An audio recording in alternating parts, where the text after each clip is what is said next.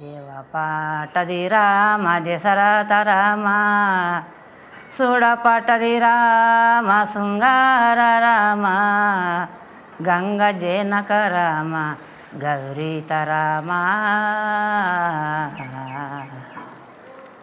దేవ పాటది రామ దశరథ రామ దండమో దండమో దయతోని మము చూడు దాసిన్ని దామా.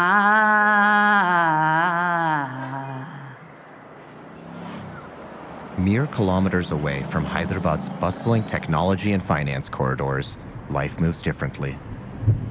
The rural communities surrounding the capital city are defined by their people, who've spent generations building their communities with their own hands. నా పేరు మోనమ్మ. నేను వికలాంగుల గురించి కమ్యూనిటీ కోఆర్డినేటర్గా పనిచేస్తాను. నాకు 2000 సంవత్సరంలో వికలాంగులను గుర్తించడం జరిగింది. నన్ను మొట్టమొదటిగా గుర్తించడం జరిగింది. నాకు 15 ఇయర్స్లోనే మ్యారేజ్ అయిందనమాట. మ్యారేజ్ అయిన 3 మంత్స్కే మా ఆయన చనిపోయిండు. ఆమెకు బ్లడ్ క్యాన్సర్ వల్ల, మా అత్తమ్మకు బ్లడ్ క్యాన్సర్ వల్ల ఆమె చనిపోయిన 3 రోజులకు గొంతకాడికి పోయిండు, ఊరు పోసుకొని చచ్చిపోయింది ఈయన కూడా. ఇంకా దానివల్ల నేను మానసికంగా మంచం మీద ఉండిపోయినా, ఎక్కువ ఆలోచించడం వల్ల స్పైనల్ కార్డ్ ప్రాబ్లం వల్ల 2 కాళ్ళు చచ్చిపడిపోయినాయి.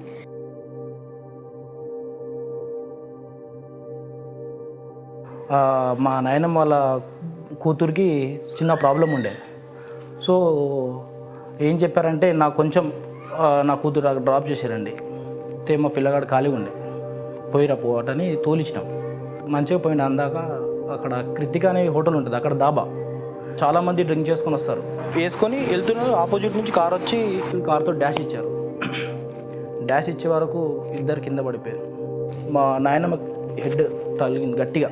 మెల్లమెల్లగా బ్రెయిన్ నుంచి బ్లడ్ బయటికి రావడం జరిగింది. మొత్తం వాపు వచ్చేసింది ఇట్లా. నేను మాట్లాడుతుంటే మాట్లాడలేకపోయింది. ముందు ఉండకంటే తర్వాత ఉండకంటే చాలా డిఫరెన్సెస్తో మాట్లాడుతుంది. అయితే నాకు టైము 1.5 అవర్ పడుతుంది ట్రాఫిక్లో వెళ్ళాలంటే. పెద్ద చిరాకు వచ్చేసింది, ఇంత దూరం వెళ్ళాలి నా ఇది హాస్పిటల్ గురించి. Stories like this are all too familiar in villages far from a hospital. When injuries affect your mobility and you can't find reliable transportation, how do you get to a hospital when it's 10, 15, or even 20 kilometers away? నడువు నాకు సాత కాదు కదా, auto phone మాట్లాడుకొని ఆటోకే పోతా. పోయి రావాల్సింది ఒకరోజు అయిపోతుంది. ఏ వర్క్ ఉన్నా కూడా లీవ్ అయిపోతుంది. ఇంతవరకు దూరం పోవాలి రావాలి. ఎవరైనా కారు అడుకొని పోవాలి, ఆటో కట్టుకొని పోవాలి, అలాంటి పరిస్థితి. దగ్గర ఉంటే మంచిగా. ఇంకా ప్రైమరీ హెల్త్ కేర్ అనేది సరిగ్గా లేదు ఇక్కడ విలేజ్లో. సో దాని మూలాన ఏం జరుగుతుందంటే, ఎవరికైనా ఏదైనా ఇష్యూ వస్తే, హెల్త్ రిలేటెడ్ ప్రాబ్లం వస్తే, వాళ్ళకు 15 కిలోమీటర్స్ పోయిన దాకా వాళ్ళకు డాక్టర్ని అవైలబుల్గా ఉండరు అనమాట. దీనివల్ల ఏం జరుగుతుందంటే, ఏదన్నా మైనర్గా ప్రాబ్లం ఉంటే అది ఇనీషియల్గా డిటెక్ట్ చేయకపోవడం మూలంగా అది సీవియర్గా అయ్యి వాళ్ళు హాస్పిటలైజ్ అయిపోతారు. Most of the patients who we see from the villages are a bit late coming to the hospital. They come at the later stages of their diseases. If they attentively come in the early stages, these problems can be very well managed as well as eradicated in some conditions. చిన్న ఎగ్జాంపుల్కి ఒక 1 month back continental హాస్పిటల్లో camp పెట్టారు, just general screening camp. దాంట్లో out of 100 nearly 40% we diagnose they are suffering with diabetic. They don't know. క్యాంప్కి వచ్చేవారు వాళ్ళకి తెలియదు వాళ్ళు డయాబెటిక్ పేషెంట్స్ అని చెప్పేసి. In most cases, direct outreach through medical camps is the only way to catch chronic conditions. Even when villagers seek care, rural doctors simply lack the resources to effectively treat their patients. మా దగ్గర ఏముంది, మా గ్రామాలలో మోకాల నొప్పులు ఎక్కువగా పడు, sugar ఎక్కువగా అయింది, కళ్ళ ప్రాబ్లం ఎక్కువైంది, బాడీ పెయిన్ అవుతుంది, మోకాలు పెయిన్ అవుతుందని పోతారు. ఏం చేస్తారు డాక్టర్లు? పెయిన్ కిల్లర్ కొట్టి పంపించేస్తారు, టాబ్లెట్ ఇచ్చి పంపుతారు. కానీ దానికి పూర్తి చికిత్స అనేది జరుగుతలేదు. ఫీడ్స్ వచ్చే వాళ్ళు ఉంటారు. ఫీడ్స్ వచ్చే వాళ్ళకు మెడిసిన్ ఖచ్చితంగా అవసరం. మెంటల్ ఇల్నెస్ వాళ్ళకు మెడిసిన్ అవసరం. ఇప్పుడు వాళ్ళంతకు వాళ్ళు తెచ్చుకోలేరు కదా సార్.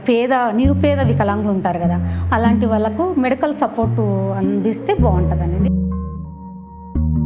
ఇక డబ్బుతో కూడుకున్నాయి కదా సార్, అలాంటివి కొన్ని వాళ్ళు హెల్త్ పరంగా హాస్పిటల్ సేవలు అందించేటట్టు చాలా సివియర్ ఉన్న వాళ్ళు ఉంటారు, అలాంటి వాళ్ళకు హాస్పిటల్ సేవలు ఫ్రీగా ఉంటే బాగుంటుంది. Everyone is very much worried how long they have to stay in the hospital because they all are like daily wage people and all. So they were worried about their families. If I'm staying in hospital for a long time, the expenses will be high and I won't be able to take care of my people at home. They were very much worried about those things. వాళ్ళు రెగ్యులర్గా doctor దగ్గరికి వెళ్ళకపోవడం కారణం ఒకటే, వాళ్ళ దగ్గరలో doctor లేడు కాబట్టి వాళ్ళు వెళ్ళట్లేరు అంతే. వాళ్ళకి తెలియదు ఆ బీపీఓ షుగర్ హై లెవెల్స్ ఉంటాయి, పెరాలసిస్ లేకపోతే బ్రెయిన్ స్ట్రోక్ ఏదో వస్తాయి, సడన్గా ఏదో ఒకటి అయిపోతుంది. మరి అరే పాపం ఉన్నదాకా బాగానే ఉండేది ఏమైందంటారు అందరూ. అదే యాక్సెసిబిలిటీ ఉంటే ఇలాంటివి జరిగాయి మనకు. Despite the situation, community aid groups, or Sangams, have taken matters into their own hands. ఒక 3 years నేను మంచం మీదనే ఉండేది అనమాట. మంచం మీదనే కూర్చున్నతోటి పండుకున్నతోటే ఉండేదాన్ని, నేను అసలు మూమెంట్ అనేది లేకుండేది. మన సంఘం ద్వారా నన్ను గుర్తించి నన్ను హాస్పిటల్కి తీసుకెళ్ళి నాకు ట్రీట్మెంట్ ఇప్పించి మోటివేషన్ ఫిజియోథెరపీ చేయడం వల్ల నేను మంచిగా అనమాట. నాతో పాటు ఇట్లా ఉన్నారా అని నేను అప్పుడు ఆశ్చర్యపోయినా. నేను కూడా 10 మందిలాగా నేను బయటికి వెళ్ళి చూస్తాను, నేను వెళ్తాను అని చెప్పేసి 10th చదువుకున్నా, ఇంటర్ చదువుకున్నా, డిగ్రీ చదువుకున్నా, పీజీ చేసిన. తర్వాత నేను దీంట్లో ఒక యాక్టివిస్ట్గా సంఘాలు రాయడానికి బుక్ కీపర్గా పెట్టారనమాట. గ్రామంలో మా విలేజ్లో 150 మెంబర్స్ వికలాంగులు ఉన్నారు. వాళ్ళని వికలాంగులను గుర్తించి ఆ వికలాంగులకు సంఘాలు ఏర్పాటు చేయడం జరిగింది. 7 సంఘాలు చేసినాము.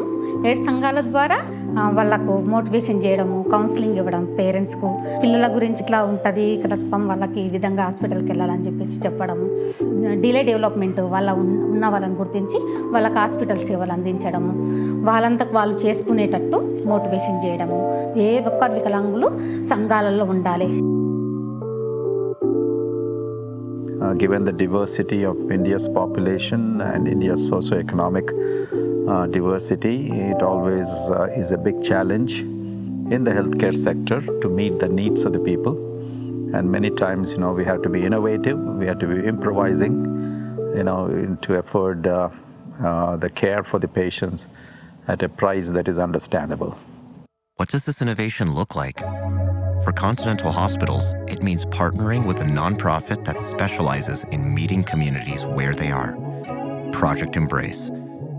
Together, we created a new kind of medical camp that collaborates with Sangams to bring essential medical equipment and world-class doctors directly to patients. ఈరోజు అదే క్యాంప్ చేశారు వాళ్ళు. క్యాంప్లో సుమారు ఒక 100 మంది దాకా మెడికల్ ఎక్విప్మెంట్స్ వాళ్ళందరూ డిస్ట్రిబ్యూట్ చేయడం జరిగింది. లైక్ బీపీ అపారటిస్ కానీ, గ్లూకోమీటర్స్ కానీ, తర్వాత వాకింగ్ స్టిక్స్ కానీ, వీల్ చైర్స్ కానీ, ఇవన్నీ నీడీ పీపుల్కి ఇవ్వడం జరిగింది. మనం ప్లాన్ ఎట్లా చేస్తున్నాం అంటే, ఫస్ట్ మన క్యాంప్ కండక్ట్ చేసిన తర్వాత వాళ్ళ ప్రాబ్లమ్స్ మనం రెక్టిఫై చేసుకుంటాం. సో లోకల్లో ఉండే ఆశా వర్కర్స్ దగ్గరికి నుంచి ఫీడ్బ్యాక్ తీసుకుంటున్నాం. మన దగ్గర మనకున్న సర్కిల్లో ఎవరికైనా ప్రాబ్లం ఉందా దాన్ని మనం అంటే వేరే వాళ్ళకి తెలియజేస్తున్నాం. మనకున్న సర్కిల్తో దాన్ని స్ప్రెడ్ చేస్తున్నాం. These camps are the first step towards bridging the gap between patient needs and institutional medical services. For many, this was their first time accessing state-of-the-art care. ఎందుకంటే మన వల్ల ఇప్పుడు 100 మందిలో 100 మంది మన ప్రోగ్రామ్కి వచ్చినా రాకున్నా 100 మంది వస్తారు. 100 మందిలో ఒక్కరు మారిన ఆయన కోసమే మనం ఈ ప్రోగ్రామ్ కండక్ట్ చేయడం జరుగుతుంది. Sangam.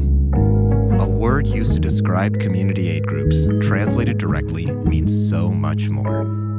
Sangam means union, a coming together, a mosaic of resilience and innovation. Every voice heard brings us closer to a future where anyone